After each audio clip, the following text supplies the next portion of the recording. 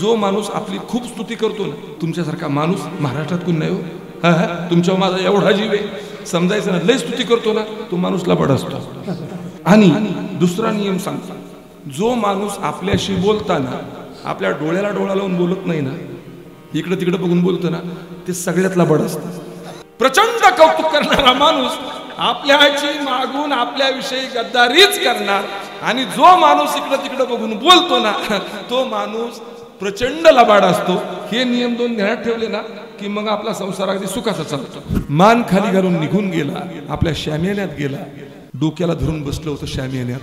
त्याची एक बायको जवळ आली, बेगम म्हणतात तिला. एक का म्हणलं मी, त्या औरंग्याला 70 बायका होत्या, त्यातली एक बेगम, तिचं नाव उदयपुरी बेगम, जवळ आली. त्याची एक मुलगी जिन्नतुन्निसा जवळ आली. दोघी विचारतात, जिन्नतुन्निसा बोलते याची मुलगी, अब्बाजान क्या हुआ, क्या सोच रहे हो? कुछ नहीं बेटा, सर दर्द हो रहा है, चले जाओ. अब्बाजान गुस्सा मत हो जाइए. दोघींनी तिला शपथ घातली, आपको अल्लाह की कसम, क्या हुआ बताओ.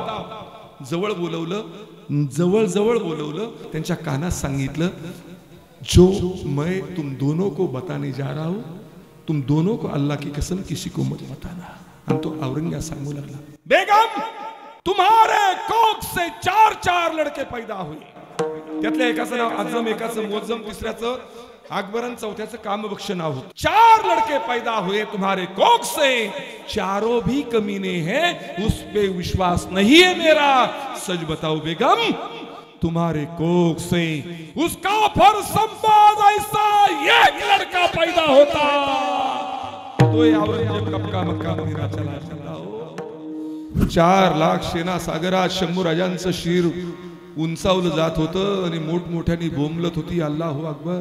केवढा जुलूस साजरा करत होती, पण तो औरंग्या उंचवट्यावरती बसलेला होता आणि तो सुद्धा चिंताग्रस्त चेहऱ्यानेच बसलेला होता, खाली मान घालून.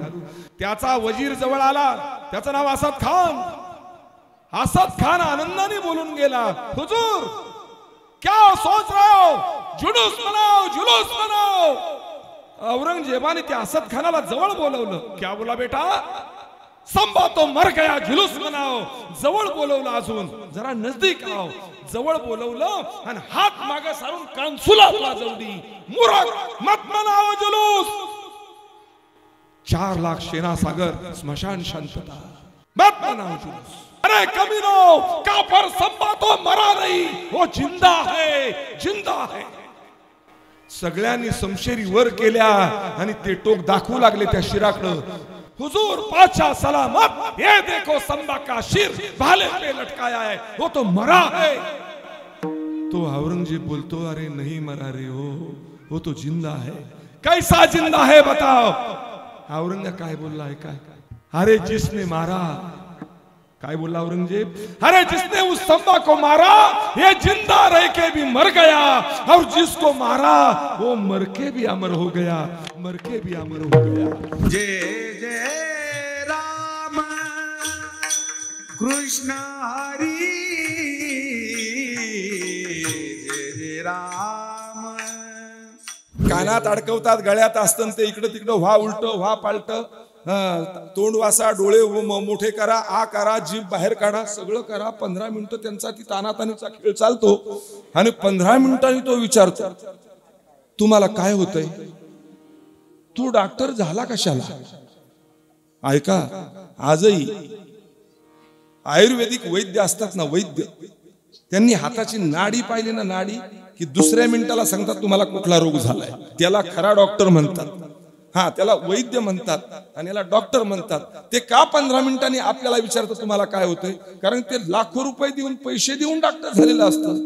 लक्षात घ्या, आम्ही डॉक्टर आहोत, माझे संत मायबाप डॉक्टर होते. हे जे डॉक्टर आहेत ना ते आपल्या बाह्यांगाचे डॉक्टर आहेत, आणि संत मायबाप हे अंतरंगाचे डॉक्टर. म्हणले तुमचा भवरोग, तुम्हाला कुठलाही रोग झालेला असेल त्याच्यावर एकच औषध आहे, एकच पथ्य आहे, पथ्यनाम विठोबाचे. एक सांगू तुम्हाला, म्हणून ज्याने ज्याने ही पथ्य पाळली ते त्या पदाला पोचले. ज्या महात्म्याचा सेवेसाठी अभंग निवडला, पहा तुम्ही, संतांनी पथ्य पाळलं म्हणून सामान्य असणारी व्यक्तिमत्व असामान्य झाली. तुकोबाराय म्हणजे काय फार मोठं वेगळं नव्हतं, आपल्यासारखं जीवन होतं. माऊली ज्ञानेश्वर महाराज महाविष्णूचा अवतार मान्य, आम्ही नाही का? आम्ही पण आहोत. तैसार दयामध्ये मी राम, आम्ही विष्णूचेच अवतार आहोत. देवाचं नामचिंतन करताना ऐका मंडळी, लोकांता देवाचं नामचिंतन घडत नाही. विष्णू महाराजा सिद्धांत आहे. कसा? मी इथं कीर्तन करतोय ना, फक्त माझ्या डोक्यात एक आहे, तुम्हाला चांगलं सांगायचं, तुमचं मन रिझवायचं. 2 तास तुम्ही असे खिळून बसला पाहिजे, त्यासाठी आतून मेमरी चालू आहे सारखं चालू. याचा अर्थ माझं चिंतन चालू नाही, मला तुम्हाला चांगलं सांगायचंय म्हणून माझा अथक प्रयत्न चालू आहे. तुमचं इथं बसल्यानंतर बऱ्याच मंडळींना काही व्याधी उपाधी असतात, त्यामुळं बसण्याचंही काही अडचण असते. त्यामुळं बसताना सुद्धा म्हणतंय बरं बाजूला बसावं तर महाराज बोंबालणार, त्यापेक्षा मधी बसलेलं बरं. बसल्यानंतर या कुशीवरून नाही, या पायावरून त्या पायावर, सगळं प्रकार चालू असतो. त्याही पलीकडं कुणाचं काही काम राहिलं असेल, आता या हंडेवाडीतील सर्व असणाऱ्या व्यवस्थापकांनी सांगितलं असणार, आज या बरं का कीर्तनाला 2-3 दिवस दिसला नाही तुम्ही, त्यासाठी बरीचशी आलेली असतात. आणि बराच प्रकार असा असतो. वयस्कर मंडळींच्या बाबतीत सांगू ना, घरची म्हणतात आता इथं खरखर करण्यापेक्षा त्या हंडे महाराजाचं कीर्तन आहे तिथं जाऊन बस ना तडफड, अशापैकी बरी आलेली असतात.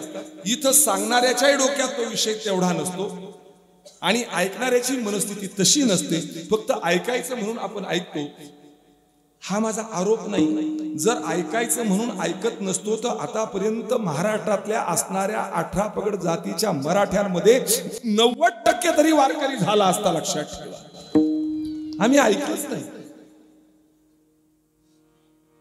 पहा तुम्ही, संताना ते निज तत्व कळलं पथ्यनाम विठोबाचे, म्हणून लोकांतात नामचिंतन घडत नाही, नामचिंतन हे एकांतातच घडतं. तुका म्हणे आम्हा एकांताचा वास, ब्रह्मी ब्रह्मरस सेवू सदा. मी लोकांत सांगतोय, ऐका मंडळीनो, लोकांतामध्ये कौतुक करणारी माणसं भरपूर मिळतील तोंडावर, कौतुक करणारी माणसं भरपूर मिळतील फक्त तोंडावर. इथून गेल्यानंतर भेटली ना, वा काय कीर्तन केलं, लय कीर्तन ऐकली, पण तुमच्यासारखं कीर्तनच कुणाचं झालं नाही. आणि पुढे गेल्या तुम्ही तेच म्हणते कशाचं आलंय ते हरामखोरी. लोकांतात नंदराज महाराज कौतुक करणारी माणसं आहेत, आबा कौतुक करणारी माणसं आहेत, पण एकांतामध्ये कौतुकही नाही आणि टीकाही नाही. का? एकांतच आहे ना, लक्षात ठेवा. म्हणून देवाजवळ मागताना सुद्धा तुकोबारायांनी तेच मागितलं ना, ध्यानी रूपवाचे नाम निरंतर आपुला विसर पडून येते. एकांत सांगत होतो तुकोबारायांनी, एकांतात देवाचं नामचिंतन केलं. विषय पथ्यनाम विठोबाचे इथून सुरू झाला होता.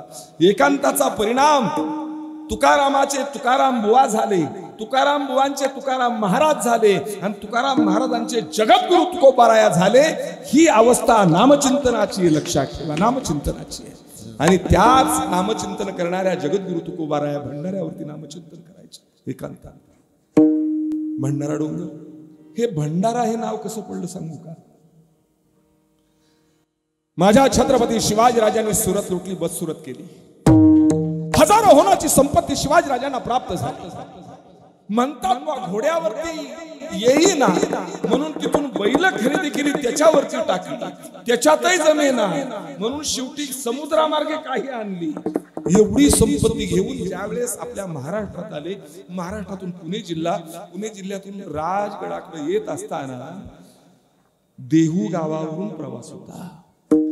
शिवाजीराजांच्या लक्षात आलं श्री क्षेत्र देहू आहे, माझ्या सद्गुरूचं गाव, त्यांच्याच आशीर्वादानं हे धन प्राप्त झालं. मग सद्गुरूचं दर्शन घेतल्याशिवाय पुढे जायचं नाही. भंडाऱ्या डोंगराच्या पायथ्याने जात होत्या. सर्वांना आज्ञा दिली, सर्वांनी थांबावं. एका दुराख्याकडे चौकशी केली, बाबा रे तुकोबाराया गावात असतील का? अहो म्हणले तुकोबाराया सकाळी डोंगरावरती गेले. मग तर दुग्धशर्करा आयोग आहे. मुबलक असणारे 2-4 सरदार घेऊन छत्रपती शिवाजी राजे डोंगरावरती गेले. डोंगरावरती गेल्यानंतर त्या झाडाखाली छत्रछायाखाली वृक्षाच्या त्या शिळेवरती जगद्गुरु तुकोबाराय ध्यानस्थ बसलेले आणि देवाचं नामचिंतन चालू आहे. असो ऐसा कोठे आठवची नाही, देहीचं देही बघू दशा. काय अवस्था झाली होती. जगद्गुरु तुकोबारायांच्या पायाशी छत्रपती शिवाजी राजे कमीत कमी 2 ते 2.5 तास बसून काही नव्हतं वेगळं. लक्षात ठेवा, एकच चालू होतं. पांडुरंग पांडुरंग पांडुरंग. आणि त्या नामचिंतनात शिवाजीराजे स्वतःला विसरून गेले. 2.5-3 तासानंतर जगद्गुरु तुकोबाराया देहावरती आले. उजव्या बाजूला पाहिलं, साक्षात शिवाजीराजे. राजे कधी आला तुम्ही? महाराज 2-3 तास होऊन गेले. मग आम्हास उठवलं का नाही? तुमच्या नामचिंतनात व्यत्यय करून मला पापाचं धनी व्हायचं नव्हतं महाराज. आणि त्याही पलीकडे तुमचं चाललेलं नामचिंतन एवढं आवडलं, मी सुद्धा ऐकत बसलो आणि स्वतःला विसरून गेलो. मग येण्याचं कारण विचारलं, सर्व वृत्तांत सांगितला. तुम्हा साधू संतांच्या पदस्पर्शानं पावन झालेल्या भूमीमध्ये तुम्ही देवाचं नामचिंतन रुजवलं, वाढवलं. तेच नामचिंतन आम्हाला सेवव्यास मिळालं. तुमचे अनंत उपकार झाले. तुमच्या या अनंत उपकारामुळं आम्हाला सुद्धा ती अवस्था प्राप्त झाली. आणि तुमच्या आशीर्वादानं या शिवाजीनं सुरत बस सुरत केली. हजारो होनाची संपत्ती तुमच्यामुळे प्राप्त झाली महाराज, तुमच्यामुळे प्राप्त झाली. म्हणून तुमचं दर्शन व्हावं इच्छा मनोमनी होती. म्हणतात ना, सत्य संकल्पाचा दाता नारायण, सर्व करी पूर्ण मनोरथ. पांडुरंगाने माझे मनोरथ पूर्ण केले म्हणून तुमचं दर्शन झालं. दर्शन घेतलं. कडकडीत ऊन आहे, भोजनाची वेळ झालेली आहे. तुकोबाराया सहज बोलले, राजे जी महाराज, डोंगराखाली सारी सारी लेकरं उपाशी बसलेली आहेत. ते मावळे दर मजल करत इथपर्यंत आले.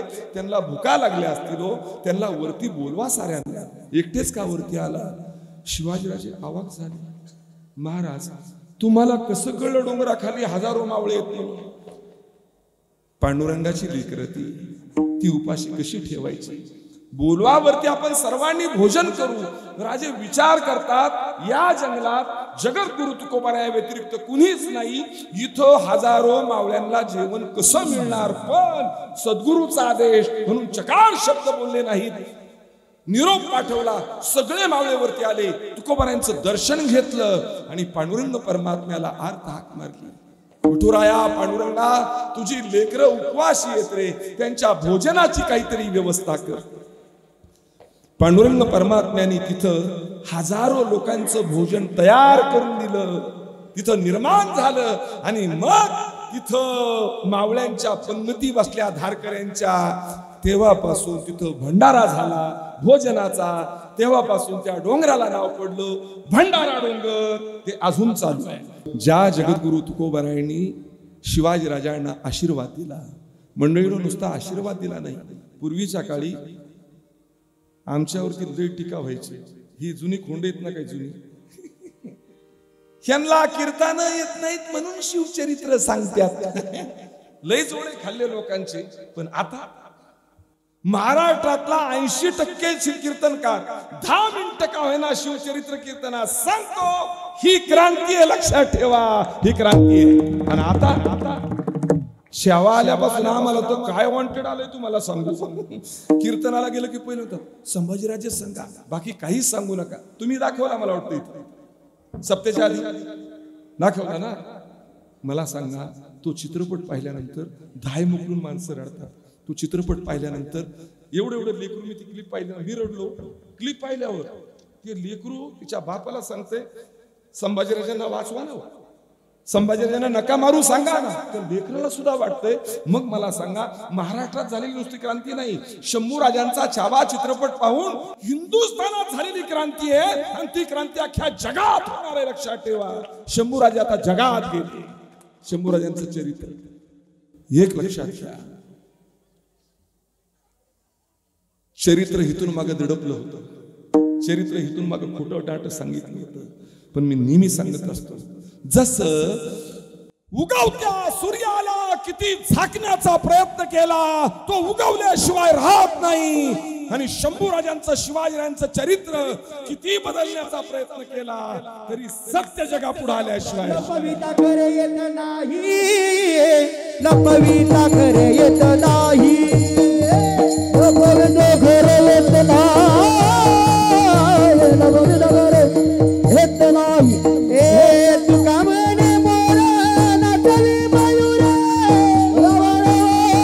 नाचली मयूर, तुका म्हणे मोर नाचली मयूर,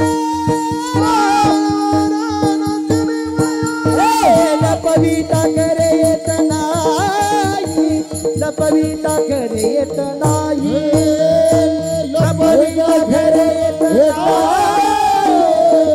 लपविता घरी येत नाही, येत नाही, येत नाही. लपविता खरे येत नाही. तुका म्हणे मोर नाचवी मयुरे, लाचते मयूर लपविता खरे येत नाही. एक सांगू तुम्हाला, किती लपवण्याचा प्रयत्न केला, आलं सत्य जगापुढं. मला मुद्दा हा मांडायचा होता. हा अभंग जो निर्माण झाला ना, मी आता घेतलेला हा अभंग माऊली ज्ञानेश्वर महाराजांच्या अलंकापुरातील मंदिरात सुवर्ण पिंपळाखाली जगद्गुरु तुकोबारायांनी छत्रपती शिवाजीराजांना उपदेश केलाय. तो सुद्धा सूर्य अस्ताला चाललेला आहे. शिवाजीराजे ऐकत नाहीत, जात नाहीयेत. तो प्रसंग सांगू तुम्हाला. ज्या वेळेस शिवाजीराजांचे पूज्य पिताश्री शहाजीराजांना विजापूरच्या आदिलशाहला गिरफ्तार केलं. गिरफ्तार करा म्हणून सांगणारा आदिलशाह होता, पण गिरफ्तार करा म्हणून आदेश दिला कुणाला? अफजल खानाला. आणि अफजल खानाला माहिती होतं माझ्या बापाच्या शहाजीराजा जागे असताना पकडू शकत नाही, म्हणून साथीला घेतला बाजी घोरपडा. बाजी घोरपडे यांनी दोघांनी कट रचला. गोड गोड बोलून शहाजीराजांना प्रचंड मदिरा पाजली, त्यांना बेहोश केलं आणि रात्रीच्या वेळी झोपेत त्यांना करकचून मुसक्या बांधल्या आणि शहाजीराजांना आदिलशाहच्या दरबारात हजर केलं. ज्यावेळेस शहाजीराजांना आदिलशाहच्या दरबारात हजर केलं, ती बातमी वाऱ्यासारखी आली आणि पुण्यामध्ये लाल महालात धडकली. आणि जिजाऊ महासाहेबांना ज्यावेळेस कळलं आपलं सौभाग्य आता मरणाच्या दारात आहे, अंतकरणाचा ठाव फुटला. जिजाऊ महासाहेब धावत निघाल्या. तुळजा भवानी मातेच्या देवाऱ्यासमोर गुडघे टेकले. डोकं आपटू आपटू आपल्या नवऱ्यासाठी, आपल्या सौभाग्यासाठी, आपल्या कुंकुवासाठी तुळजा भवानी मातेच्या देवाऱ्यासमोर ढळढसा रडत होत्या. आई तुळजा भवानी माते, माझा पती गेला तर मी जगणार नाही, आणि मी जर जगले नाही तर स्वराज्य निर्माण होणार नाही. आई तुला मी वचन दिलंय, हिंदवी स्वराज्याचा एकमेव छत्रपती बनवीन. ते वचन पूर्ण करण्यासाठी माझं कुंकू शाबूत राहिलं पाहिजे. गाई कुंकू शाबूत राहिलं पाहिजे. डाव घाली आई, डाव घाली आई, डाव घाली आई, आई डाव घाली आई, धाव घाली आई, धाव घाली आई, धाव घाली आई, आई धाव घाली आई.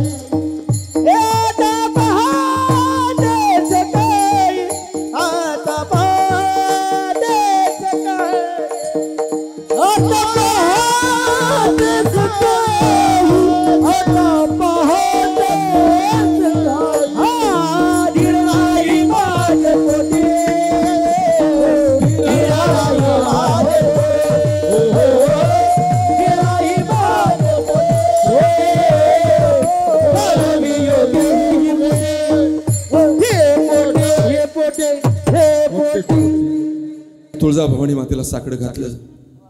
धाय मोकलून रडल्या. आणि जिजाऊ महासाहेब हात जोडून कळवळीने विनंती करतात, आई तुळजा भवानी माते, माझं सौभाग्य आबादी ठेव. जर नाही ठेवलं तर हे स्वराज्य निर्माण होणार नाही.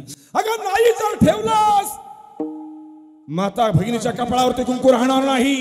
या महाराष्ट्राचा महाराष्ट्र राहणार नाही. जर नाही माझं सौभाग्य आबादी ठेवलं, महाराष्ट्रात मंदिर शिल्लक राहणार नाहीत ग, तू सुद्धा शिल्लक राहणार नाही. म्हणून हात जोडते, माझं सौभाग्याचं लेणं तुझ्या हातात आहे, त्याचं जीवन मरण तुझ्या हातात आहे. शिवाजीराजे धावत आले. आपल्या आईची दैनंदिन अवस्था पाहिली. राजे रात्रभर झोपले नाहीत. शिवाजीराजे या कुशीहून त्या कुशीवर, त्या कुशीहून या कुशीवर रात्र उलटली. ब्रह्ममुहूर्त सुरू झाला. ब्रह्ममुहूर्तावरती कशी बशी झोप लागली. आणि काही तासानंतर शिवाजीराजे दचकून उठले. आपल्या बापाची याद आली. पाटे स्नान केलं. तुळजाभवानी मातेची पूजा केली. पूजा करताना राजे रडत होते. बापाची आठवण येत होती. जो बाप अनुभवायलाच मिळाला नाही हो. जन्माला आले किल्ले शिवनेरीवर. शहाजीराजे कर्नाटकी बंधू 8 वर्षाचं लेकरू झालं, पुण्यामध्ये आलं, उद्ध्वस्त झालेल्या पुण्यामध्ये अरे संसाराचा सारीपाट मांडला माझ्या जिजाऊबा.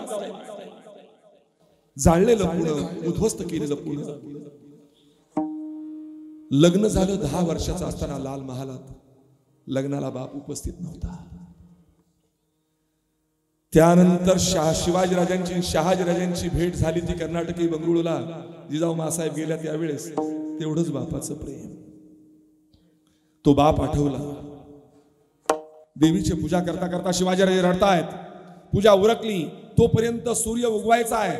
आता मात्र आकाशामध्ये निरभ्र आकाश झालेला आहे. सूर्य उगवायचा आहे अजून. दादोजी कोंडदेवांना वर्दी दिली. 70तले दादोजी काका जवळ आले. राजांना मुजरा केला. राजा एवढ्या सकाळी सकाळी कशासाठी बोलवलं? दादोजी काका तुम्हाला विनंती आहे, सगळ्या मावळ्यांना सांगा आपल्याला सूर्योदयाच्या आत निघायचं आहे. 70तले दादोजी कोंडदेव बोलून गेले. राजा एवढ्या सकाळी निघायचंय तरी कुठं अचानक? मग मात्र तार सप्तकात ओरडले. दादोजी काका तुमची उमर 70त गेली, शुभ कार्याला जाताना कुठून एवढं सुद्धा तुम्हाला कळत नाही? सांगितलंय ती आज्ञा पाळा. राजांची आज्ञा पाळली गेली. ताजी तवानी घोडी तयार झाली. मावळे घोड्यावरती स्वार झाले. राजे याची वाट पाहत होते. राजांनी स्वतःला आवरलं सावरलं. राजांनी संशय ज्ञान केली. राजे बाहेर आले. राजांचं घोडं फुरफुरत होतं. राजे धावत आले. घोड्यावर मान ठोकली. घोड्याची लगाम खेचली. चौखूर घोडं उधळलं. गेलं गेलं गेलं घोडं कुठं चाललं होतं? उत्तरेच्या दिशेला. कुणाची विचारण्याची ताकद नाही. राजा कुठं चालला सांगून.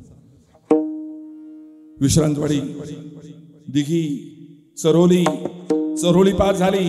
चरोली पार झाली. इंद्रायणीचं तीर जवळ आलं. इंद्रायणीची तीर जवळ आल्यानंतर त्या गंगेच्या काठी सर्व घोडी थांबली. आणि मग दादोजी काका विचारतात, हात जोडतो राजा, सांगा ना कुठं जायचंय? बाजी काका आम्हास इथेच यावयाचे होते. आणि मग सगळे माऊलींच्या मंदिरात गेले. ऐका प्रसंग. शिवाजीराजांनी माऊलींच्या महाद्वारातून प्रवेश केला. समोर समाधी आहे. शिवाजीराजे इथून जे पळ सुटले, माऊलींच्या समाधी जवळ गेले. समाधीला कडकडून मिठी मारली. आणि ते दुर्दैवी लेकरू आपल्या मरणाच्या दारात असणाऱ्या बापासाठी ढळढसा रडलं. ओ ढळढसा. आणि ज्ञानाई माऊलीला अर्थ हाक मारली. ज्ञानाई माऊली, माझा बाप मरणाच्या दारात आहे. जर बापाचं बरं वाईट झालं तर माझी आई मरेल. आणि जर आई गेली, ज्ञानेश्वर महाराज हा शिवा आई शिवाय जगू शकत नाही. मी तुम्हाला कळकळीची विनंती करतो, माझ्या बापाचे प्राण धोक्यात आहेत. त्यांचं रक्षण करा माऊली, रक्षण करा. म्हणत ध्यानस्थ बसले.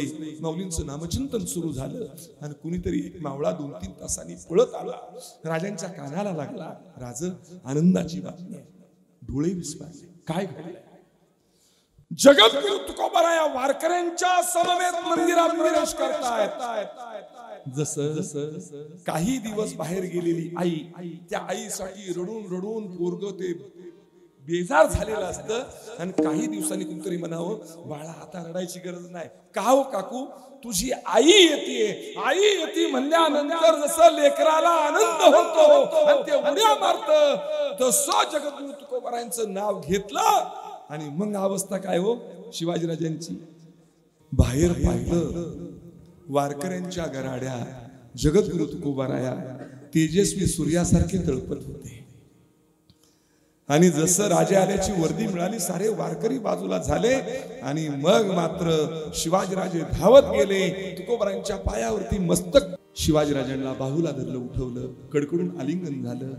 रडतायत शिवाजीराजे. डोळे पुसले राजांचे. हा इतिहास आहे बरं का सरकार. डोळे पुसले आणि विचारते झाले, तुकोबाराया राजे का रडता तुम्ही? हुंदका आला आणि सहज बोलले, महाराज विजापूरच्या आदिलशानं बापाला गिरफ्तार केलंय. धिंड काढली विजापुरात. माझा बाप मरणाच्या दारात आहे. माऊलींची याद आली म्हणून माऊलींच्या दर्शनाला आलो. 2-3 तास माऊलींना व्यथा सांगून तिथंच बसलो होतो. तुम्ही आलात कळलं. दुग्ध शर्करा योग महाराज, दुग्ध शर्करा योग. पांडुरंग पांडुरंग. राजे, ज्या ज्ञानाई माऊलीच्या दरबारात तुम्ही आला ना, ती वारकऱ्यांची आई आपल्या लेकराला रिकाम्या हाताने कधीच परत पाठवणार नाही, हा माझा विश्वास आहे. काळजी करायचं काम नाही. काय आनंद झाला राजांना. बघा मग सगळ्या वारकऱ्यांना सगळ्या मावळ्यांना अलंकापूर त्या परिसरात पाठवलं. माधुकरी मागितली गेली आणि मग दुपारची भोजन एका बाजूला वारकरी दुसऱ्या बाजूला धारकरी. ऐका, आणि या वारकऱ्यांना आणि धारकऱ्यांना वाढायला कोण होतं हो? जगद्गुरु तुकोबाराय शिवाजी राजे हो, त्या अलंकापुरात माऊलींच्या मंदिरामध्ये. तो सोहळा दुपारचा संपन्न झाला, भोजन झाली. संध्याकाळपर्यंत चर्चासत्र चालू होतं राजांचं तुकोबारायांचं. सूर्य अस्ताला चाललाय. शिवाजी राजे काय आता निघायला तयार नाहीत. तुकोबारायांच्या लक्षात आलं, राजे सूर्य अस्ताला चालला, पुन्हा जवळ करायचंय, यावं आता आपण. त्यावेळेस शिवाजी राजे बोलून जातात, महाराज तुमचा सहवास प्राप्त झाला, सगळ्या दुःखाची निवृत्ती झाली, परमानंदाची प्राप्ती झाली. असं वाटतं नको ती श्रीमंती, नको ते राजेपद, नको ते राजकारण, तुमच्या बरोबर आयुष्य व्यतीत करावं, भगवी पताका खांद्यावर घ्यावी, रामकृष्ण हरी म्हणत म्हणत जीवनाचा प्रवास शेवटाला सुखकर न्यावा. हीच अंतःकरणाची धारणा या क्षणाला आहे. नको त्या दुःखाच्या खाईत जायला. मग मात्र शिवाजी राजांना जगद्गुरु तुकोबाराय हलवून बोलतात, राजे तुमच्या मुखात हे शब्द शोभत नाहीत. राजे तुम्ही क्षत्रिय आहात, दुश्मनांचं निर्दालन करणं तुमचं इथे कर्तव्य आहे, आणि तुम्ही करताय तो परमार्थ आहे आणि आम्ही करतोय तो परमार्थ आहे. तिथं अभंग तयार झाला, धर्माचे पालन करणे पाखंड खंडन. हे सगळं झाल्यानंतर महाराज किती सोसताय, किती दुःख यातना भोगताय, काहीतरी द्यावं तुम्हाला असं वाटतं, अशी मनोमनी शिष्य म्हणून माझी इच्छा आहे. त्यावेळी जगद्गुरु तुकोबाराय बोलतात, तुम्ही आमच्यासाठी काय देणार? संपत्तीच द्यावी. त्या संपत्तीची आम्हाला गरज नाही. आम्ही जसे आहोत त्यामध्ये आम्ही आत्यंतिक सुखी आहोत. हा अभंग अलंकापुरात तयार झाला. असे 662 अभंग गाथ्यामध्ये फक्त शिवाजी राजांसाठी तुकोबाराय निर्माण केले. त्यातले हे 2 अभंग, धर्माचे पालन करणे पाखंड खंडन, तो त्याच वेळेस अभंग झाला, आधी पहिला. आणि नंतर ज्यावेळेस तुकोबारायांना शिवाजीराजे बोलतात, तुमच्यासाठी काय करू सांगा, काय नाही, म्हणजे मला आनंद समाधान वाटेल. म्हणले मला समाधान वाटण्यासारखं तुम्ही कराल का? मला सुख प्राप्त व्हावं असं तुम्हाला वाटतं ना? मग ऐका, आम्ही तेने सुखी म्हणा विठ्ठल विठ्ठल मुखी. आम्ही त्यामध्ये सुखी आहोत की तुम्ही विठ्ठल विठ्ठल म्हणावं असं तुकोबाराय म्हणले, हांडे महाराज नाही. आम्ही त्यामध्ये सुखी आहोत, आम्ही कीर्तन झाल्यावर गच्च मिळावं. तुम्हाला सांगू का आबा, आता मोजा सुद्धा लागत नाहीत मला. नुसतं पाकिट दिलं की त्यामध्ये किती येते. आता 27-28 वर्ष तेच चाललंय. 200-150 रुपयापासून कीर्तन करत होतो, 150 पासून. पण ऐका, महाराष्ट्रात कुठेही विचारा आणि कुणी बोट दाखवावं, या हांडे महाराजांनी तारीख घेताना कीर्तन ठरवून केलंय म्हणून. पाकिट कधीच ठरवीत नाही. त्याचा फायदा काय होतो माहितीये का? आपले म्हणून सांगतो, कुणाला बोलू नका. आपल्याला तारीख दिली ना, महाराज मानधनाचं काय काय द्यायचंय ते द्या, असंच प्रेमाने म्हणायचं.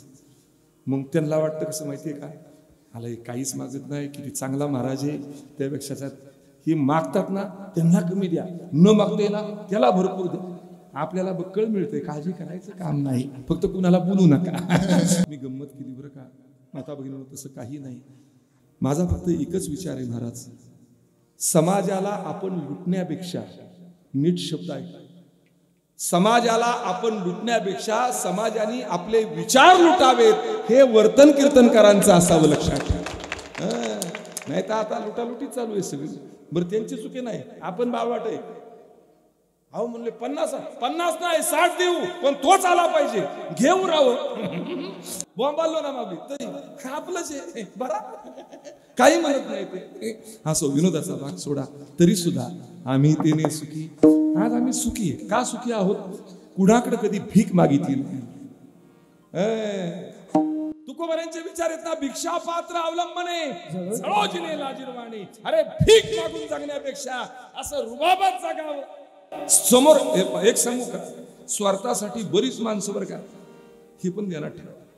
जो माणूस आपली खूप स्तुती करतो ना, लय म्हणले वा वा, तुमच्यासारखा माणूस महाराष्ट्रात कोण नाही हो, तुमच्या माझा एवढा जीव आहे, समजायचं ना, लय स्तुती करतो ना, तो माणूसला बडा असतो. आणि दुसरा नियम सांगतो, जो माणूस आपल्याशी बोलताना आपल्या डोळ्याला डोळा लावून बोलत नाही ना, इकडे तिकडे बघून बोलतो ना, ते सगळ्यात लबाड असतं. हे दोन नियम ध्यानात ठेव. प्रचंड कौतुक करणारा माणूस आपल्याची मागून आपल्याविषयी गद्दारीच करणार, आणि जो माणूस इकडे तिकडे बघून बोलतो ना, तो माणूस प्रचंड लबाड असतो. हे नियम दोन ध्यानात ठेवले ना की मग आपला संसार अगदी सुखाचा चालतो. राजे आम्ही तिने सुखी म्हणा विठ्ठल विठ्ठल मुखी. ते क्रांतीचं उग्र दैवत, महाराष्ट्राचं आराध्य दैवत श्री छत्रपती शिवाजी राजांना आव्हान करू. राजा तुमच्या नावाचा धर्म कीर्तन मांडला राजा यावं आणि सुवर्ण रत्नडी सिंहासनावर विराजमान व्हावं. राजाधिराज महाराज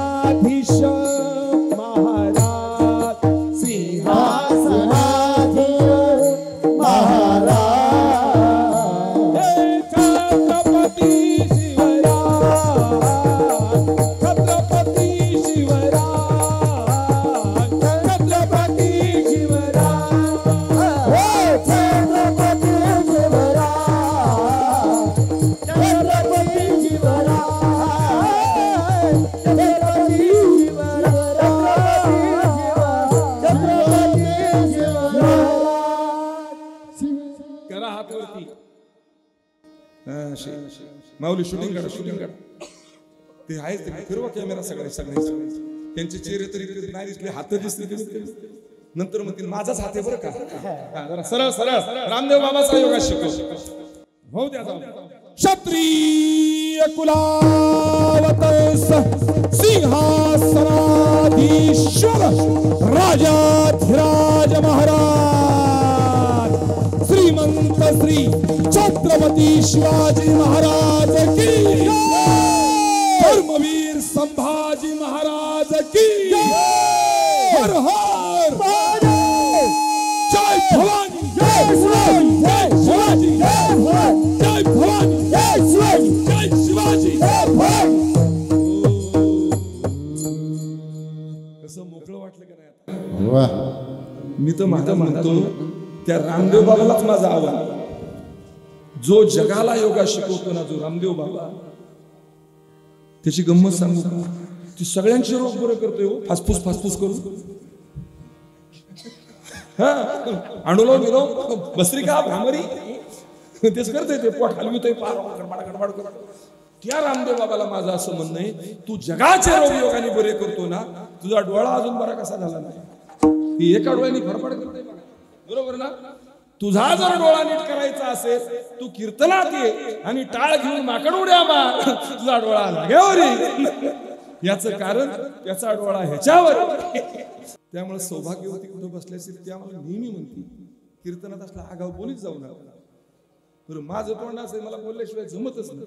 बरं आपल्याला मिळमिळ कळत नाही आणि खरं बोलल्याशिवाय जमत नाही. तीक्ष्ण उत्तरे हाती घेऊन बाण फिरे, हे ज्यामा करणे का. बरं प्रश्न पडतो पुढचा, आगाव बोलतात मग तसल्या वानगडीत आपण पडतो. अजूनही असं आहे, 2-4 आले तरी गार फिरून मारू, तशी ताकद देवाने दिली. बरं तो प्रसंग आलाच नाही नंदराज महाराज. बरं येऊही नाही, काय करायचे आपल्याला. पण आला तरी जाऊ द्या, विनोदाचा भाग सोडा. मला मुद्दा मांडायचा होता. सांगा ना मला, 350 वर्ष उलटून गेली, 350 वर्ष उलटून गेली, तरी सुद्धा आजही शिवाजीराजांचं नाव घेतलं ना, असा अंगावर काटाच उभा राहतो. 350 वर्ष उलटून गेली, शिवाजी महाराज की म्हणल्यानंतर अशा हाताच्या मुठी आवळतात, जय हा शब्द आपसुक मुखात येतो. ज्याच्या येत नाही तो महाराष्ट्रात राहून मराठा नाही, लक्षात.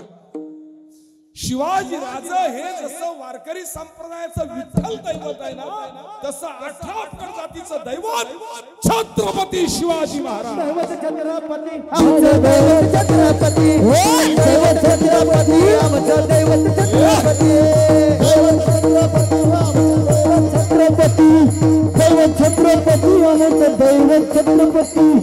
शिवनेरी वर शिव जन्मला, शिवनेरी वर शिव जन्मला राजाचा अधिपती, राजाचा अधिपती. दैवत छत्रपती आमचं दैवत छत्रपती, दैवत छत्रपती आमचं दैवत छत्रपती, दैवत छत्रपती आमचं दैवत छत्रपती, दैवत छत्रपती आमचं दैवत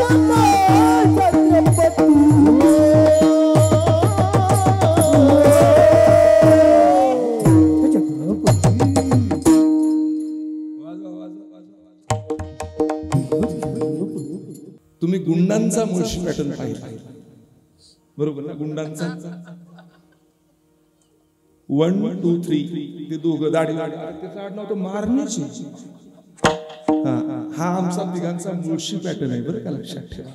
मुळशी तालुक्यात प्रचंड वारकरी संप्रदाय चांगल्या पद्धतीनं गाजलेला आहे. जाऊ द्या, मला मुद्दा हा मांडायचा होता. चांगलं विकलं जात नाही, त्यातून मुळशी पॅटर्न तयार झाला. मी त्यात प्रवीण तुरेला बोलून गेलो, अरे गड्या गुंडांचा जसा काढला ना तसा वारकरी संप्रदायाचा वारकरी मुळशी पॅटर्न दाखव, त्याच्यापेक्षा दुप्पट चालेल तो. म्हणून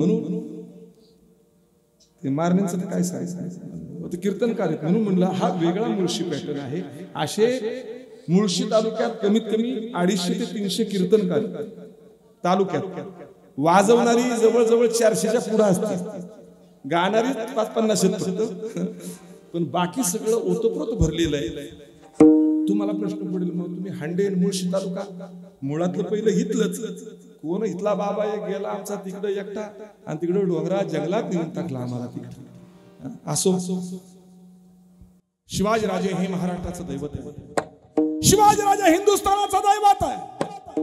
छत्रपती शिवाजी महाराज हे असं दैवत आहे, जगाच्या पाठीवर या दैवताचे विचार जगाच्या प्रत्येक देशामध्ये आत्मसात केले जातात. एवढं महान दैवत आपल्या महाराष्ट्राला प्राप्त झालं, पण म्हणतात ना पिकतं तिथं विकलं झालं. त्या शिवाजी राजांना जगद्गुरु तुकोबारायांनी उपदेश केला, आम्ही तिन्ही सुखी मना विठ्ठल विठ्ठल मुखी. का म्हणले असं, जाताना जगद्गुरु तुकोबारायांसाठी शिवाजी राजांनी प्रचंड धन घेऊन गेले होते. महाराज जे आणलंय ते छोटंसं आहे, थोडंफार आहे, ते तुमच्या जवळ ठेवा, कारण तुम्ही संपूर्ण परिसरात फिरताय, देवाच्या नामचिंतनाचा डांगोरा पिटताय, परिवार चालला पाहिजे, तुमचा व्यवसाय बुडालाय, सर्वस्व संपलेलंय, आता उपजीविकेचं साधन काही राहिलं नाही, म्हणून परिवारासाठी हे थोडं देतो, हे जवळ ठेवा. त्यावेळेस तुकोबारायांनी हात जोडले, पांडुरंग पांडुरंग, तुम्ही आणलेलं हे सगळं जे आहे ना ते माझ्या कामाचं नाही, तुमचं असणारं हे धन, तुमची संपत्ती आम्हाला मातीसारखी आहे. तुमचे एर वित्त धन, एर हा शब्द यासाठी वापरला, एरते माईके दुःखाची जनिती. एर याचा अर्थ देव सोडून जे काही आहे ते एर. तुमचे एर हे इतरत्र जे आहे वित्त आणि धन, संपत्ती आणि जे धन आहे ना, पैसा असेल, ही संपत्ती असेल, ते मज मृतके समान. तुमची संपत्ती या तुकारामाला मातीसारखी वाटते हो. अरे त्याला तुकाराम महाराज म्हणतात, सांगा ना. नाही ऐकलं म्हणून एकदा प्रयोग केला होता. काय केला होता, स्वतः दस्तूर खुद्द शिवाजीराजे मावळ्यांना घेऊन देहुगावी गेले. तुकोबाराया आहेत का चौकशी गावात केली, गेले म्हणले भामचंद्रावर, नामी संधी आहे. आणि मग साक्षात शिवाजीराजे तुकोबारायांच्या वाड्यात प्रवेश केला. आऊसाहेबांनी आईसाहेबांनी पाहिलं, छत्रपती शिवाजीराजे आले, राजांना बोलवलं, राजांना बसायला टाकलं. राजे म्हणले बसायला वेळ नाही. मग राजे कशासाठी आला, महाराजांना भेटायचं होतं. ते घरी सापडत्यात, होय गेला असतील कुठल्या तरी डोंगरावर. मग येण्याचं कारण मग मात्र बांधलेली गाठोडी आईसाहेबांच्या ताब्यात दिली. काय आणलंय? लेकरा बाळांसाठी थोडंफार आणलंय, जास्त काहीच नाही. पहा, शिवाजीराजे निघून गेले, बाहेर निघून गेले. मग आठवडी सोडली, त्याच्यामध्ये दागदागिने, हिरे जवाहीर सगळं होतं. उंची वस्त्र होती, मुलांना वस्त्र आणली होती, आईसाहेबांना कितीतरी लुगडी आणली होती. काय आणली होती? लुगडी. आता लुगडी हा शब्द राहिला नाही, त्याचं रूपांतर साडीत झालं. आता साडी हा शब्द सुद्धा मावळत गेला, त्याचं रूपांतर ड्रेस मध्ये झालं. आता ड्रेस सुद्धा थोडा बाजूला आला, जीन्सची पॅन्ट आणि टी शर्ट वरती आलं. तुमच्या पाया पडतो, हात जोडतो तुमच्या पाया पडतो. आम्ही जातीचे मराठे आहोत, कमीत कमी याचं भान ठेवा. आपल्या लेकरांना सात्विक कपडे आणि चांगली कपडेच लेकीला घालायला लावा, लेकरांना घालायला लावा. ती नको ती कपडे घालायला लागली की मग भविष्य काळामध्ये त्या मुली, आता मला सांगा, तुम्हाला प्रश्न पडेल, हे कीर्तनात सांगावं का? नाही मग काय घरी येऊन सांगू का? तुम्ही इथंच ऐकता ना, घरी आल्यावर जर सांगा महाराज ते कीर्तनात सांगा, इथं नाही.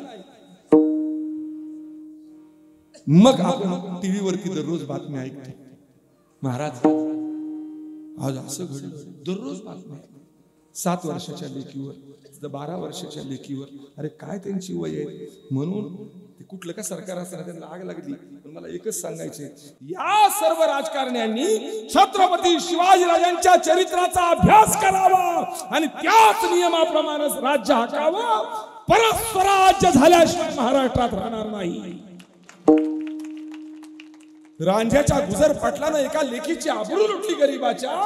अरे त्या गुजर पाटलाचे हातपाय तोडले होते आणि त्याला जिवंत गावात सोडला होता का? हे जगाला कळू द्या. जर महाराष्ट्रात या स्वराज्यात कुठल्याही लेकीबाळीवर अत्याचार झाला तर शिवाजीराजा हातपाय तोडतो. परत कुणाच्या बापाची ताकद होणार नाही माझ्या लेकीबाळीकडे वाकड्या नजरेनं पाहण्याची. अरे काही लेकींना 10-20 वर्ष झालं न्याय मिळाला नाही आणि मग म्हणावं लागलं, उद्धवा अजब तुझे सर. आता ते नाही, आता बदललंय ना. देऊन बाहेर आले, ते सगळं पाहिलं आई साहेबांनी. मग अंगावरती दागिने घातले, पोरांना नवीन कपडे घातली, काय मजा काय आनंद. काही वेळाने तुकोबारायांचं आगमन झालं. पांडुरंग ध्यानी पांडुरंग मनी पांडुरंग ध्यानी. आतमध्ये खुंटीला विना अडकवला. आऊसाहेब तांब्यावर पाणी घेऊन आले आणि ते पाणी द्यायला वाकलं, ते दागिने सगळे खाली असे लोंबलेले. तुकोबाराय म्हणले, आवली? म्हणले, हो महाराज. हे काय प्रकार आहे, कुठून आणलंस? आणि मग सांगू लागल्या, थांबा भागे, ये इकडं. भागीरथीला बोलवलं, पोरांना बोलवलं आणि म्हणले माधूला बोलवलं. म्हणले, बघा ही उंची वस्त्र आणलीस कुठून? आवली, अहो मी कशाला आणली? आणून दिली. कुणी? म्हणले शिवाजीराजांनी आणून दिलीत आपल्याला. हे दागिने दिले, ही वस्त्र दिली. शिवाजीराजे बाहेरून पाहत होते काय प्रकार होतोय. आणि मग जगद्गुरु तुकोबारायांनी हात जोडले आपल्या पत्नीला. आवले, तुझ्या बरोबर मी संसार करावा असं जर तुला वाटत असेल, तुला पांडुरंगाची शपथ आहे, अंगावरची वस्त्र सगळी आज जा आणि बदलून घ्या, सगळे दागिने काढा आणि त्या गाठोड्यात परत बांधा. बाळानो, सगळी कपडे काढा, ती आपली नाही. पांडुरंगाने जे आपल्याला दिलं तेच आपलं रे, दुसऱ्याचं आपलं नाही. शिवाजीराजे धावत आले, तुकोबारायांच्या पायावर मस्तक ठेवलं. महाराज, मी पाया पडतो, तुमच्या लेकरासारखा आहे. लेकरांनी मायबापांसाठी केलं तुमचं पाप होतं का? असू द्यात महाराज, ठेवून घ्या. तुकोबाराय बोलले, दिवट्या चक्री घोडे हे तो बऱ्यात न पडे. याची आम्हाला गरज नाही, तुम्ही प्रयत्न सुद्धा परत कधी करू नका. शिवाजीराजे तुकोबारायांच्या बाबतीत एवढे प्रभावित झाले. तुकोबारायांना सांगितलं, महाराज कुठलाही प्रसंग येऊ द्या, तुमचं हे लेकरू तुमच्यासाठी जीव द्यायला तयार होईल, लक्षात ठेवा, जीव द्यायला तयार होईल. म्हणून तुकोबाराय बोलतात, तुमचे एरवित्त धड मज तृणाही समान. मग महाराज काय करू तुमच्यासाठी? राजे, आम्ही जर आनंदी आणि सुखी असावं असं तुम्हाला वाटत असेल तर ऐकाल. जी महाराज मग तो उपदेश केला या 3ऱ्या चरणातला, कंठी मिरवा तुळशी आणि व्रत करा एकादशी. माणसांनो ऐका, 360 किल्ल्याचा मालक, 32 मन सोन्याचं सिंहासन ज्या राजाला बसायला होतं, छत्रपती शिवाजीराजांचं नाव ऐकलं ना भल्या भल्या दुश्मनांना कापड फुटायचा असा दरारा माझ्या राजांचा. तो माझा शिवाजीराजा वारकरी संप्रदायाचा कट्टर वारकरी होता. हे आमच्या मराठ्यांना काही लाजून नाही. हे प्रमाण काय म्हणतंय? कंठी मिरवा तुळशी. मिरवा म्हणजे लपवून ठेवू नका. हा रुबाबात मिरवा. तुळशीची माळ कंठामध्ये गळ्यामध्ये मिरवा. घाला. घाला नाही म्हणले, मिरवा. घातली म्हणून मिरवा. हा तेच म्हणले असते कंठी घाला तुळशी. नाही ना, कंठी मिरवा. मिरवा म्हणजे आहे ती मिरवा. बरोबर ना? यांना सांगावं लागत नाही.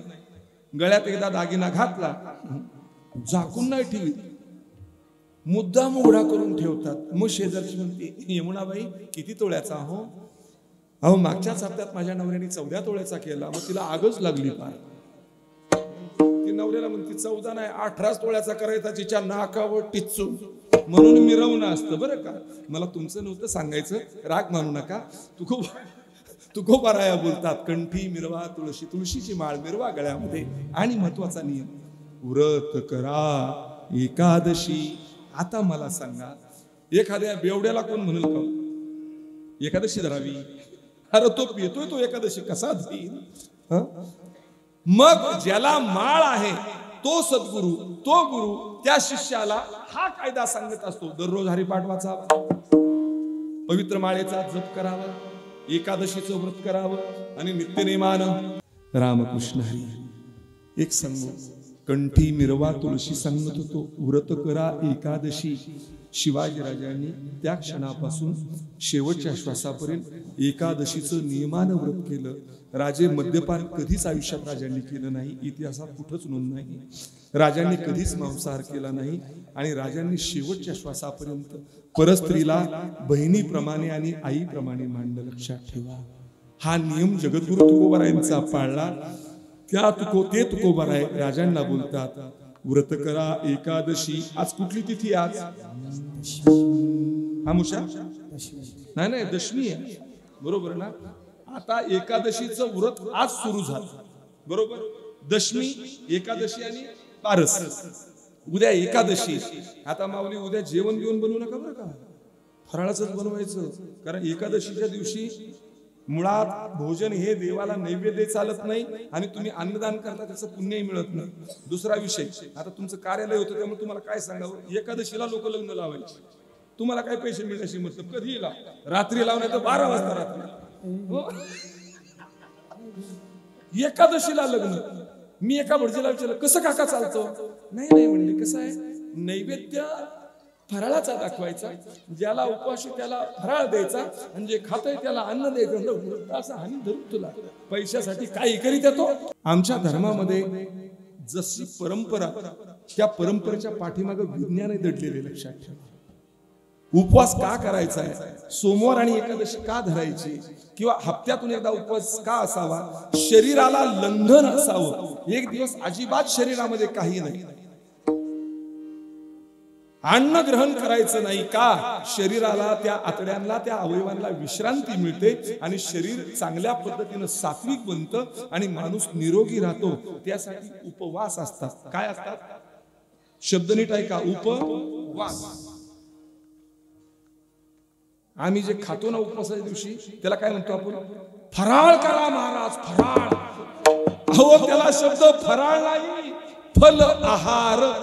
उपवासाच्या दिवशी फक्त फळाचा थोडासा आहार करा. थोडासा बरं का, डझनानी केळी शिकरण नाही, थोडा फल आहार करावा. भागवतात वर्णन आलंय, दररोज माणूस 150 ग्रॅम भोजन केलं ना दिवसाला, किती तरी 100 वर्ष चांगला जगतो. आता पंक्तीला नीट बघा तुम्ही. तुमच्याकडे जाऊ द्या मग, आमच्या तिकडे कोण उरलाय ना. एक माणूस पंक्तीला आबा बसला की 70 गुलाबजाम आणायचा. देवा शपथ, मारुतीची शपथ घेऊन सांग. माझ्या शेजारी बसलेलं वाटीत तेल टाकलेला 5-6 टाका, अजून वाटीत 7-8 गुलाबजाम घ्यायचं, नुसतं टाकायचं. टाका टाका टाका. मी म्हणला अरे चाव की. म्हणला चावायचं काय ते तर मग. त्यांनी मी 3 खाईपर्यंत त्यांनी जवळजवळ 30 खाल्ले होते. आणि पुढचा एक घेतला तोपर्यंत गेला तो 50च्या पुढे. आला ना तो वाढणाऱ्याला माहिती खाणारी जात आहे त्यामुळे तो घेताना तसं वाढायचा. मी त्याला विचारलं, अरे एवढं मरणाचं खातोस, 70 गुलाबजाम बसत्यात तरी कुठून काय एवढं खातो? महाराज म्हणले, लई दिवस जगण्यासाठी एवढं खातो. मग म्हणलं जगतोच तरी कशाला? हे असलं 70 खाण्यासाठी जगतोय. मला वाटतं त्यांनी हा बंद उलटा ऐकला असेल बरं. संतांनी सांगितलं, गात जागा प्रेम मागा विठ्ठल. बरोबर ना? वारीत तसाच नियम असतो ना, गात जागा गात जागा गात जागा गात जागा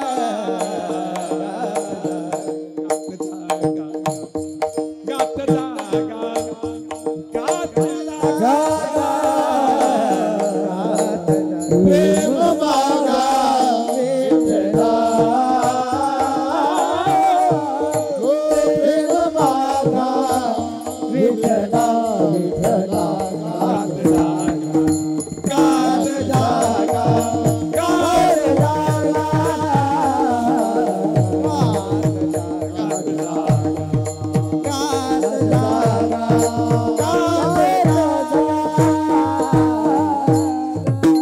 गात जागा दोन अर्थ होतात. गात जागा राहा आणि गात जागा जागा गात जागा गात राहा जागा. यांनी उलटा ऐकलं, खात जगा. त्यामुळे माणसं मरणाची खातात आणि नंतर मग काही वर्षांनी त्याला जर म्हणलं घे गुलाबजाम, नग अरे म्हणलं घे की, वर्षातून एकदा सप्ताह येतोय, गोडाची माझी गाठच नाही कधी. का नाही म्हणले, मी पथ्य पाळले. ते सांगताय कुठं मला शुगर झाली म्हणून. नेम इंद्रियाशी सार, नसावे बासर, बहु निद्रा बहु वाशन. अशा पद्धतीने चला पुढे. मला मुद्दा हा म्हणायचा होता, शिवाजीराजांनी जगद्गुरु तुकोबरायांची आज्ञा शिरसावंद्य मानली. ऐका मंडळींनो, जर छत्रपती शिवाजीराजांच्या स्वराज्याला जर खरी बळकटी सुरुवातीला कोणी दिली असेल, त्या बळकटी देणाऱ्या महात्म्याचं नाव फक्त आणि फक्त तुकाराम महाराज आहे. लक्षात ठेवा. तुकाराम महाराजांनी सुरुवातीला जर बळकटी शिवाजीराजांना दिली नसती, 12 मावळातून व्यापार करत असताना तरणी बांड मुलं जर शिवाजीराजांच्या स्वराज्यात पाठवली नसती, त्या मुलांना मरण्याचं आणि जगण्याचं तत्व सांगितलं नसतं, स्वराज्याच्या निर्मितीच्या वेळेस राजांच्या पाठीमागे मावळे उभेच राहिले नसते. ही ताकद शिवाजीराजांची. जगद्गुरु तुकोबरायांनी शिवाजीराजांना दिली. ते तुकोबराय बोलतात, कंठी मिरवा तुळशी, व्रत करा एकादशी, तुमचे रवित धन आम्हा मज तृणाही समान. धर्मवीर शंभूराजांचा बलिदान मात चालू आहे. त्याचा 10वा दिवस आहे. बरोबर ना? समजा 10वा दिवस चालू आहे. काय तरुणांनी प्रेरणा घेतली पहा. महिनाभर महाराष्ट्रातल्या 18 पगड जातीतली तरुणे बाण मावळे महिनाभर उपवास करतायत. महिनाभर पायात चप्पल घालत नाही. महिनाभर कुठल्या शुभ कार्याला जात नाही. अंगावरती रंगीत कपडे परिधान करत नाही. आणि विशेष सांगू तुम्हाला, महिनाभर धर्मवीर शंभूराजांच्या असणाऱ्या नामाचा जप करतात. खरं सांगू तुम्हाला, जसं वारकऱ्याच्या लेखी पांडुरंगणा, तसं लाखो तरुण महिनाभर असणारा शंभूराजांचा हा पवित्र मास पाळतायत ना, ती लेकरं खऱ्या अर्थानं त्यांचा पांडुरंग म्हणजे शंभूराज. लक्षात ठेवा. कुठे माझा शंभूराजा? तुळापूरच्या घाटावर आहे. कुठे शंभूराजा? अरे माझा शंभूराजा श्री क्षेत्र वढूला आहे. तिथं गेल्यानंतर शंभूराजांची समाधी पाहिली ना, त्याच्या बाजूला एका महात्म्याची समाधी आहे. त्या महात्म्याचं नाव आहे कविराज. उत्तर भारतातला असणारा हिंदू तरुण शिवाजीराजांच्या नावाची ख्याती ऐकून आला. शंभूराजांचा जिवलग मित्र बनला. आणि शेवटच्या क्षणाला तुळापूरच्या घाटावर ऐका, शंभूराजांना जी शिक्षा दिली जाणार होती ना, त्याची रंगीत ताली पहिली कवी कलशांच्यावरती केली. का? कवी कलशांची पहिली जीभ छाटली. शंभूराजांना सांगितलं, बेटा तेरा यही हाल होने. कवी कलशांच्या बोटाची नख काढली. शंभूराजांना सांगितलं, बेटा तेरे भी ऐसा ही होई. कवी कलशांच्या डोळ्यात लाल बुंद सळया घातल्या. हा इतिहास आहे. त्याला दाखवायचं होतं की संभाजी कुणाच्या बापाला घाबरत नाही. याला जर घाबरवायचं असेल तर याला जी शिक्षा द्यायची ना ती कवी कलशाला दिली की भीती पोटी तरी हा हार मानी. पण त्या औरंग्याला कुठं माहिती होतं? अरे शंभू राजा नुसता शंभू राजा नव्हता, अरे वो तो शेर शिवा का छावा था, छावा था. शंभूराजे रडत होते कवी कलशांसाठी. कविराज, तुमच्या पाया पडतो, हात जोडतो, आज पावेतो. तुम्ही मोठ्या भावासारखं प्रेम केलं माझ्यावर. दस्तूर खुद्द माझ्यासाठी मरायला तयार झाला. कविराज, अहो शिक्षा या संभाजीला आहे, तुम्ही का बळी पडता? कविराज, तुम्हाला हात जोडतो. आतापर्यंत मैत्री कशी असावी जगाला तुम्ही दाखवून दिलं ना, यातून मुक्त व्हा. मी त्या औरंग्याला सांगतो, जे काय करायचंय ते माझ्या बरोबर कर, पण कविराजांना मुक्त कर. कवी कलश बोलून गेले होते. शंभूराजे, या समाजाने आपल्या दोघांवरती प्रचंड चिखलफेक केली आणि मला तर कविराज नाही कुबजा कलुषा म्हणायची. हा जादूटोना करतो, काळी विद्या करतो. यांनी वाटोळ केलं स्वराज्याचं. माझं नाव स्वराज्यात बदनाम केलं या मंडळींनी. शंभूराजे, या महाराष्ट्राला, या देशाला कळू द्यात, मैत्री असावी तर शंभूराजांसारखी आणि कविराजांसारखी. अरे आमचे मराठे गद्दार ठरले.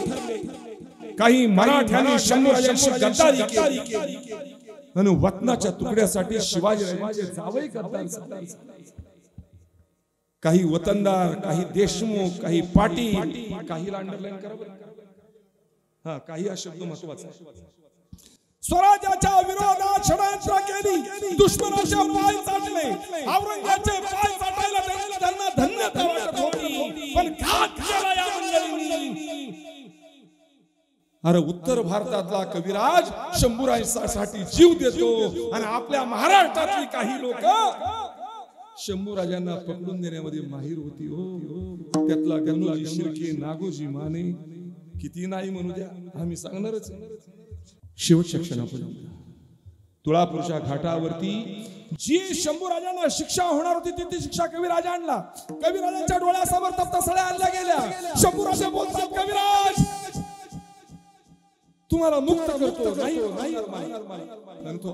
सांगत होता, हे संभा, इस कवि कलुष का जो हाल करने वाला हो ना, यही सजा तुझे देने वाला हूँ.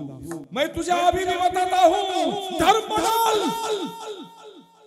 शंभूराजे त्याच्या तोंडावरती थुंकले होते. हो, औरंग्याच्या तोंडावरती थुंकले होते आणि त्याच औरंग्याला शंभूराजे बोलून गेले होते, आमिष दाखवून आमची माणसं फोडलीस आणि छल कपट करून मला पकडून इथपर्यंत आणलंस. जर तुला मराठ्याची जात कशी आहे हे पाहायचं असेल तर या साखळदंडातून मोकळं कर. दाखवतो शिवपुत्र संभाजीची जात कशी आहे, ती जात कशी आहे. अरे ते पाठीमाग 5 पावलं माग सरकलं होतं, तिथून मान खाली घालून निघून गेला. ऐका, मान खाली घालून निघून गेला, आपल्या शामियान्यात गेला. महत्वाचा विषय आहे का, डोक्याला धरून बसलं होतं शामियान्यात. त्याची एक बायको जवळ आली, बेगम म्हणतात तिला. एक का म्हणलं मी, त्या औरंग्याला 70 बायका होत्या. तुम्ही आवाज झाला आकडा ऐका.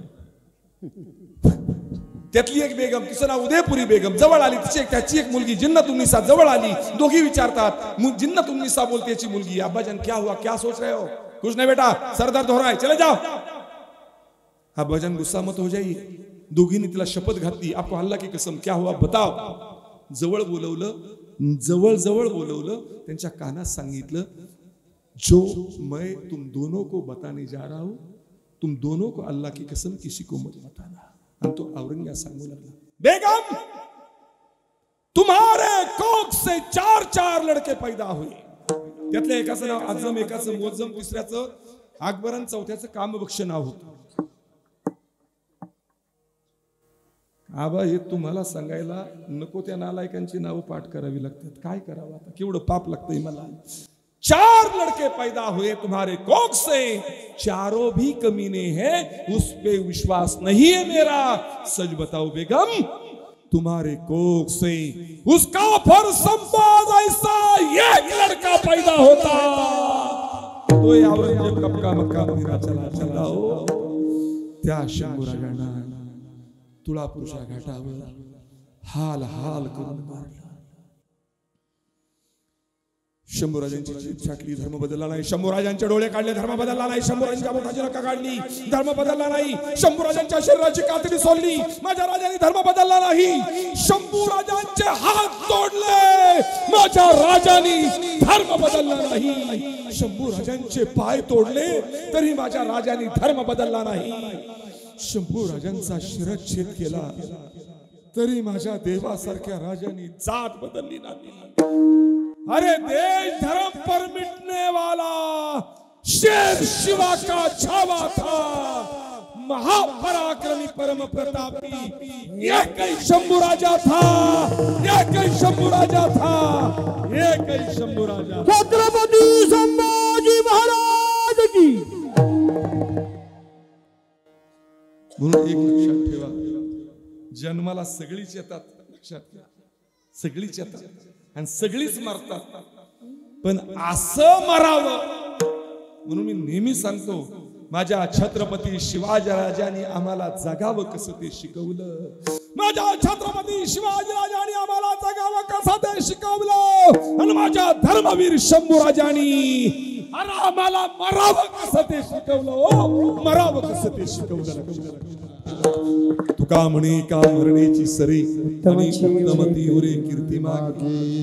अरे आज स्त्री क्षेत्र वडूला गेलं ना, शंभूराजांच्या समाधी समोर जर 3 वेळा मुजरा केला ना, शंभूराजांचा तो जीवनपट याद येतो आणि जातीचा मावळा ढड असा रडल्याशिवाय. इंद्रायणी भीमा भावा मातेच्या त्रिवेणी संगमामध्ये त्या राक्षसांनी फेकून दिले.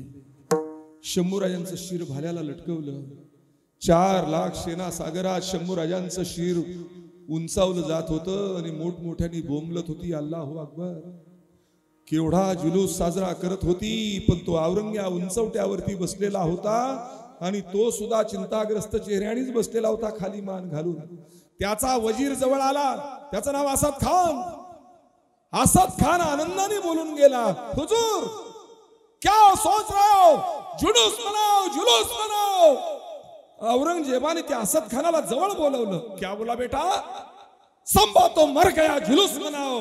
जवळ बोलवलं, अजून जरा नजदीक आओ. जवळ बोलवलं आणि हात मागे सारून कानसुला वाजवली. मूर्ख, मत मनाओ जुलूस. 4 लाख सेना सागर, स्मशान शांतता. मत मनाओ जुलूस. अरे कमीनो, काफर संभा तो मरा नहीं, वो जिंदा है, जिंदा है. सगळ्यांनी समशेरी वर केल्या आणि ते टोक दाखवू लागले त्या शिराकडं. हुजूर पाचा सलामत, ये देखो संभा का शिर भाले पे लटकाया है, वो तो मरा है. तो औरंगजेब बोलतो, अरे नहीं मरा रे हो, वो तो जिंदा है. कैसा जिंदा है बताओ. औरंगजेब काय बोलला है काय.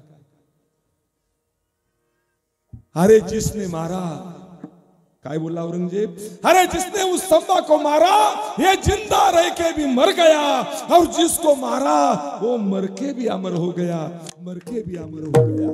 धर्मवीर संभाजी महाराज की जय. म्हणून एक लक्षात ठेवा तरुणांनो, तुम्ही केवढे मोठे व्यावसायिक असा, किती श्रीमंत असा, करोडपती अब्जाधीश असा, पण एक लक्षात ठेवा, जीवन जगायचं ते शिवाजी राजांसारखं, शंभू राजांसारखंच. आणि जीवन जगायचं फक्त शिवाजी राजांसाठी आणि शंभू राजांसाठीच का. त्यांच्यामुळे आमच्या गालावर मिशा आहे, त्यांच्यामुळे मस्तकावर शेंडी आहे, त्यांच्यामुळे कपाळावरती गंध आहे, आणि त्यांच्यामुळे तुमच्या मस्तकावरती कुंकू आहे. लक्षात ठेवा, त्यांच्यामुळे कुंकू आहे. म्हणून माझं आता एकच ठरवलं, महिनाभर जो बलिदान मात चालू आहे ना, दररोज संभाजीराजे सांगायचे, सुट्टीच द्यायची नाही अजिबात. तीच माझ्या शंभू राजाला श्रद्धांजली आहे. म्हणून एक ऐका, ती परंपरा ज्यांच्यामुळे अबाधित राहिली ते जगद्गुरु तुकोबाराया. जगद्गुरु तुकोबाराया शिवाजीराजांना बोलतात, राजे फक्त एकच आहे, जर तुम्ही आमचं ऐकलं तर तुमचं कल्याण होईल. जर तुम्ही आमच्या सांगण्याचा जर विचार केला तर खऱ्या अर्थानं तुमचं जीवन सफल होईल. जर माझी ही इच्छा पूर्ण केली, महाराज काय इच्छा आहे? मनवा हरीचे दास, पांडुरंगाचे दास व्हा. तुका म्हणे दास माझी मनातली ही इच्छा आहे, तुम्ही हरीचे दास व्हा, तुम्ही हरिदास व्हा, तुम्ही वारकरी व्हा. आणि एकदा का हरिदास झाला की मग मात्र आम्हा हरीच्या दासा काही भय नाही त्रिलोकी. त्याचा परिणाम राजे काय होईल? देव उभा मागे पुढे उगवी कोडे संकट. मग सांगा, शिवाजीराजे आग्र्याच्या दरबारामध्ये मरणाच्या दारात होते. पांडुरंग परमात्म्याने, तुळजा भवानी मातेने, भोलेनाथांनी सुखरूप शंभूराजांसहित त्यांना राजगडावर आणलं. शिवाजीराजांनी पुण्याच्या लालमहालामध्ये नाही हातावच गेलो, नाही तर शिरच्छेद होता. लक्षात ठेवा, काय त्याचं नाव? शास्ता खान. त्या अजगराचा विळखा मारून बसलेला, त्याचा कार्यक्रम केला. मरणाच्या दारात आहे ना, 500च मावळा घेऊन फक्त 70,000 फौज आहे पुण्यात. अफजल खान प्रतापगडाच्या पायथ्याला आडवा फाडला. ते काही राक्षस बारीक होतं, शिवाजीराजांच्या अंगावर पडलं असतं तर शिरडून गेले असते. 250 किलो वजनाचं जवळजवळ होतं ते. असा राक्षस शिवाजीराजांनी लिलया फाडला. कारण हरीचे दास होते आणि हरीचा दास जो होतो त्याच्या पाठीमाग देव उभा मागे पुढे उगवी कोडे संकट. जे योग्य आहे ते तुमच्याकडे ठेवा, अयोग्य ते माझ्याकडे द्या, असं म्हणणार आहे मी महाराज नाही. कीर्तनामध्ये या गादीवरून कुणाची गादी? नारद. बघा ना काय डोक्यात आमच्या घुसावलं. अरे ही गादी नामदेवरायांची, ते वाद्य नारदाचं, विना वाद्य नारदाचं. ही परंपरा नामदेवरायांपासून चालू झाली. नामदेव कीर्तन करी पुढे देव नाचे पांडुरंग. बरोबर ना? ही गादी नामदेवरायांची. या गादीवरून मी अजिबात खोटं बोलणार नाही. फक्त एकच काम करा मंडळी, कोणाही जीवाचा नगडो मत्सर वर्म सर्वेश्वर पूजनाचे. मी खरंच हंडेवाडी ग्रामस्थांना कोटी कोटी धन्यवाद देईल. 11 वर्ष झाली आनंदानं सोहळा चालतो. माझ्या जीवाभावाची असणारी सगळी मंडळी, आता नाव कुणाचंच घेत नाही, सगळ्यांना धन्यवाद आणि सेवेला पूर्ण विराम.